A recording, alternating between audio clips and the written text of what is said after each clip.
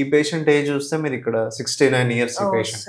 So కొంతమందికి early arthritis అంటారు, అంటే కీళ్ళవాతం వల్ల లేకపోతే డిఫరెంట్ వేరే ఫ్రాక్చర్. ఇప్పుడు సపోజ్ ఇక్కడ ఫ్రాక్చర్ అయింది అనుకోండి, అది సరిగ్గా అతుక్కోలేదు అనుకోండి, అప్పుడు దాని వల్ల కూడా ఆర్థరైటిస్ డెవలప్ అవుతుంది. అలాగే కీళ్ళవాతం ఉన్నా కూడా ఆర్థరైటిస్ డెవలప్ అయిపోయి పూర్తిగా అరిగిపోద్ది అనమాట. అది ఏజ్ లో కూడా అవ్వచ్చు, ఓన్లీ పెద్దవాళ్ళకనే కాదు. కీళ్ళవాతం అంటే రుమటైడ్ ఆర్థరైటిస్ అంటారు దాన్ని. సో అదొక auto immune condition, multiple joints effect అవుతాయి బాడీలో.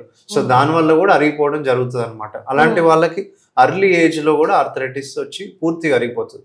ఒక 2 days బ్యాక్ నేను ఒక 29 years అబ్బాయికి ఆపరేషన్ నీ రీప్లేస్మెంట్ చేశాను. అంటే తనకి ఇదే సేమ్ కేసు మొత్తం కేసు. ఇప్పుడు ఇది 69 ఇచ్చిన ఏజ్ అయితే తన ఏజ్ 29 years.